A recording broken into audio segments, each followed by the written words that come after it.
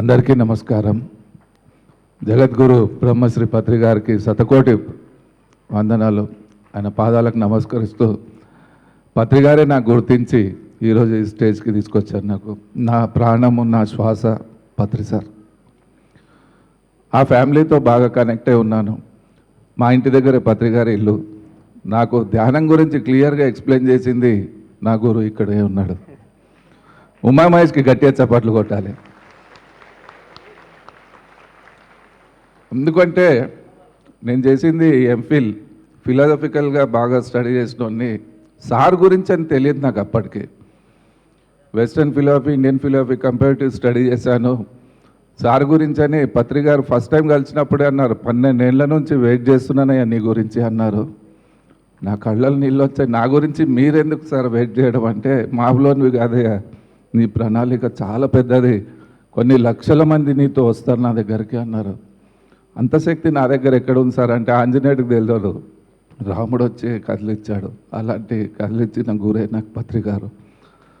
ఎందుకంటే ప్రతి జీవితంలో గురువు ఉంటాడు. ప్రతి మనిషిలో ఒక టాలెంట్ ఉంటుంది. ఏదో ఒక ప్రణాళికతో మనం వస్తాం. ఇక్కడ పొట్ట బట్ట జీవితాంతం మనము మన ఫిజికల్ లైఫ్లోనే చీకటి జీవితం జీవిస్తున్నాం, చచ్చిపోతున్నాం.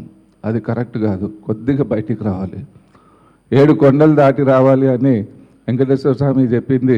దానికి 30 years బ్యాక్ నేను ఇక్కడే వచ్చి క్లాస్ చేస్తే నాకు వచ్చిన అద్భుతమైన మెసేజ్ చెప్పాలా వద్దా? ఒక 2 minutes జర పట్టుకో అన్నాను. నా చేతికి ఇచ్చిరా. నీదే మరి. 7 కొండలు దాటిపోవడం అంటే 7 చక్రాలు దాటాలి. అద్భుతమైన మెసేజ్. ఆ టెంపుల్లో ఎంటర్ కాగానే అక్కడ పక్కన కూర్చున్న ధ్యానంలో స్వామి, ఇంత లక్షల మంది గుండ్లు చేసుకుంటున్నారు, నీకున్నంత కౌంటర్ ఎవరికి లేదు అంటే, సార్ ఏమన్నారంటే, కౌంటర్ ఉంది, క్యాష్ బాగానే వస్తుంది, జనాలు వస్తున్నారు, కానీ నా గురించి ఎవరు రాలేదా ఇక్కడికి అన్నాడు ఆయన. నా గురించి ఆలోచన రహితంగా ఎవరు రాలేదు, బ్లాంక్గా ఎవరు రాలేదు, అంత లిస్ట్ పెట్టుకొని వచ్చారు. బట్టి తలతో రావాలి అంటే బ్లాంక్ పాయింట్ స్టేట్, కోరికలు లేకుండా నా దగ్గర రావాలని చెప్తే గుండ్లు చేసుకొని వస్తున్నారు అందరూ అన్నారు ఆయన. ఆ గుండ్లు చేసుకొని రావడం అంటే, ఈ రావని తెలిస్తే ఎవడు గుండు కూడా చెయ్యడు. ఏమన్నా అర్థం ఉందా? అక్కడ 7 చక్రాలు దాటాలి ధ్యానంలో కూర్చొని. మూలాధారం, స్వాధిష్టాన, మణిపూర, అనాథ, విశుద్ధ, ఆజ్ఞాచక్రం, సహస్రారంలో వచ్చినోడే నరుడుగా ఉన్నాడు నారాయణుడు అయిపోతాడు. మూలాధారంలో ఉన్నాడు ఎలా ఉంటాడు అంటే, నాది నాదే, నీది నాదే, నాది నాదే, నీది కూడా నాదే అనేటోడు మూలాధారం. నాది నాదే, నీది నీదే అనేటోడు స్వాధిష్టాన. నాది నాదే, నీది నాదే అనేవాళ్ళు కౌరవులు.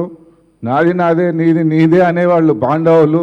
నాది లేదు, నీది లేదు, అంత బూటకం అన్నవాడు కృష్ణుడు. అది మణిపూర. మణిపూరలో ఉన్నవాళ్ళందరూ పిఎస్ఎస్ఎంకి వస్తారు. బిలో మణిపూర ఎవరు రాలేరు. ఇక్కడ 3వ చక్రంలో ఉన్నోళ్ళే మన పిరమిడ్ సొసైటీకి ఎంటర్ అవుతారు. క్లియర్, ఇది నా ఎక్స్పీరియన్స్. ఇది సార్ అట్లా చూడగానే మణిపూరలో ఉండి వచ్చేవారు నా దగ్గర అన్నారు ఆయన. అక్కడి నుంచి మొదలైన జీవితం ఈరోజు సహస్రారం నుంచి అద్భుతమైన క్లాసులు జరుగుతున్నాయి. నాకు ఎక్కడెక్కడో తిరుగుతున్నాను, నాకు అసలు అర్థమే కాదు. ఆయన ఎనర్జీ, ఆయన కాన్షియస్నెస్, ఆయన టోటల్ ఆయన శక్తి బాడీని ఆక్యుపై చేసినట్టు అయిపోయింది నా బాడీ ఈరోజు. మొన్న ఒరిస్సా వెళ్తే 10 days మామూలుగా లేవు ప్రోగ్రామ్స్. ఇలాగ ఆడిటోరియంస్ ఫుల్ అయిపోతున్నాయి. 10 రోజుల్లో 10,000 మందిని జేబులు వేసుకొచ్చిన శక్తి ఇంట్లో మనోళ్ళనే మార్చలేనిది మనోళ్ళము. అంత జనాలను మార్చే శక్తిని మనకి వచ్చింది అంటే because of Patri sir, because of PSSM, because of ధ్యానము. సెల్ఫ్లెస్గా పనిచేయండి ప్రతి ఒక్కళ్ళు, అద్భుతమైన శక్తి మనకు వస్తుంది. ఒక్కసారి మా మిసెస్ ఇక్కడే ఉన్నారు, Anitha madam, Teja Mudalkar, Devender Mudalkar, please come on dais. వీళ్ళు ఎంతో నాకు సపోర్ట్ చేస్తే కానీ నేను ఈరోజు స్టేజ్లో రాలేను.